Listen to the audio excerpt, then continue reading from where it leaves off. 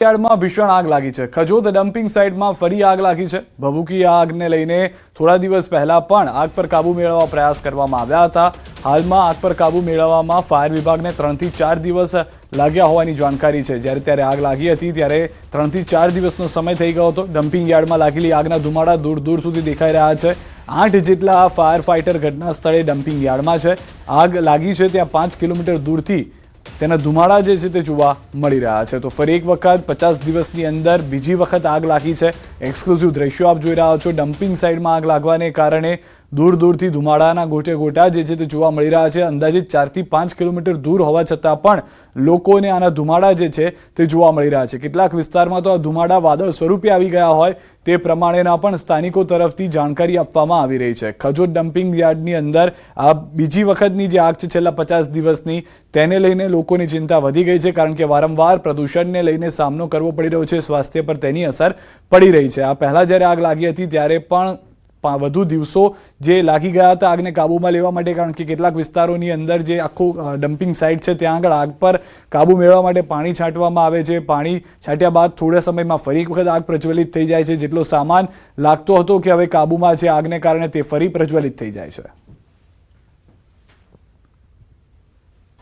સુરતના ખજોદ ખાતે આવેલી મહાનગરપાલિકાની ડમ્પિંગ યાર્ડ છે એ વિસ્તાર જોઈ શકાય છે કે જ્યાં અચાનક આગ લાગી છે। બપોર બાદ આગ લાગી હતી। જોતજોતામાં આગે વિકરાળ સ્વરૂપ લઈ લીધું હતું। જોકે 6 ફાયર સ્ટેશનની 8 કરતાં વધુ ગાડીઓ ઘટના સ્થળે પહોંચી છે। આગ પર કાબુ મેળવવાનો પ્રયાસ કરવામાં આવી રહ્યો છે, પણ આગ બેકાબૂ થઈ ચૂકી છે, કારણ કે સૌથી મોટો વિસ્તાર છે।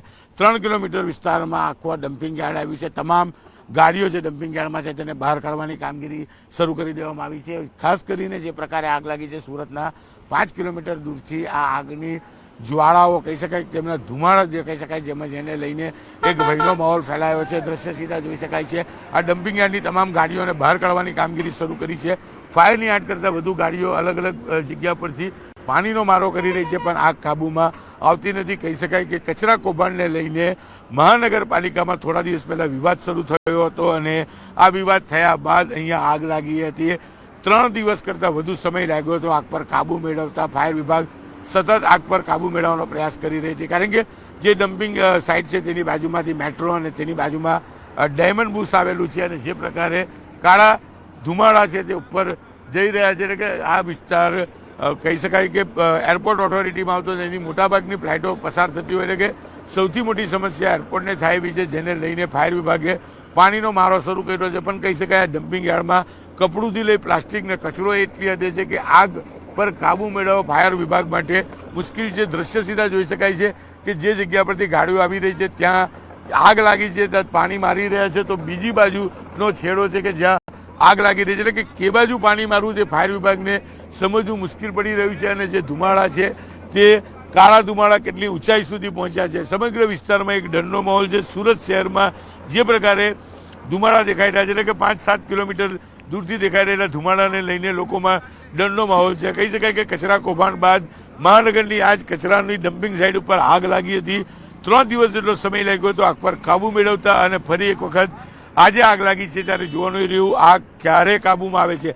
સતત ફાયરની ગાડીઓ અહીંયા આવી રહી છે, પાણીનો મારો કરી રહી છે, પણ છેલ્લા 2 કલાકથી આગ પર કાબુ મેળવવાની કોઈ પણ શક્યતા દેખાતી નથી। કહી શકાય જાણકારોની વાત માનીએ તો આગ પર કાબુ મેળવતા ફાયર વિભાગને 2 થી 3 દિવસનો સમય લાગશે। જોકે કોઈ જાનહાનિ નથી, પણ જે કચરો છે ખૂબ જ મોટી માત્રામાં છે। જ્યાં સુધી કચરો સળગી નહીં જાય ત્યાં સુધી આગ પર કાબુ મેળવવું ફાયર વિભાગ માટે પણ સૌથી મોટી કસરત છે।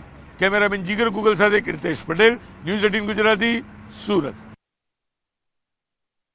ગુરુવારે કંડલા આવશે જગવસંત જહાજ। 47,600 ટન એલપીજી લાવી રહ્યું છે જગવસંત।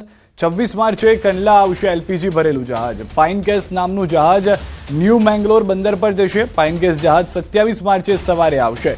તો હાલમાં રાહતના સમાચાર કે જે 2 જહાજ હોર્મુઝ સ્ટ્રેટમાંથી પસાર થયા છે સુરક્ષિત રીતે, તે ભારત તરફ પ્રયાણ કરી રહ્યા છે। એક ગુજરાતના દરિયા કિનારા તરફ આવી રહ્યું છે કે જ્યાં આગળ તે અનલોડ કરવામાં આવશે। બીજું અન્ય જહાજ જે છે તે ન્યૂ મેંગલોર પાસે પહોંચશે। તો એલપીજીને લઈને પેટ્રોલિયમ મંત્રાલયનું મોટું નિવેદન, સંયુક્ત સચિવ સુજાતા શર્માનું મોટું નિવેદન। મોટા પ્રમાણમાં એલપીજી કાર્ગોની વ્યવસ્થા થઈ ચૂકી છે।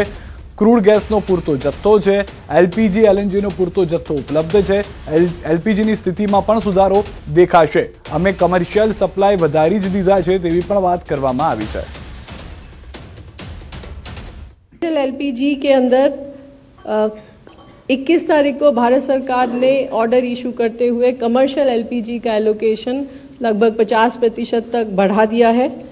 50% ऑफ द रिक्वायरमेंट तक बढ़ाया और इसी क्रम में जो ऑर्डर इशू किया गया उसमें restaurants, dhaba, hotel, industrial canteens, food processing industry, dairy, subsidised canteen और outlets run by the state government और local bodies for food, community kitchens और माइग्रेंट लेबर को प्रायोरिटी देने की बात की गई.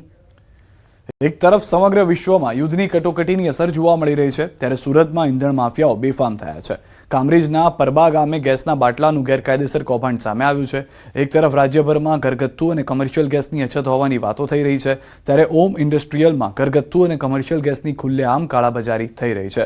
સુરત ગ્રામ્ય એલસીબીએ બાતમીના આધારે રેડ પાડી, જેમાં 8 ઇસમોને ખાલી ભરેલા ગેસના બાટલા અને વાહનો સાથે દબોચી લેવામાં આવ્યા. પોલીસે 34 લાખનો મુદ્દામાલ જપ્ત કર્યો. ગેસ સગેવગી કરવાનું મોટું રેકેટ ચલાવતા હોવાનું પણ સામે આવ્યું છે.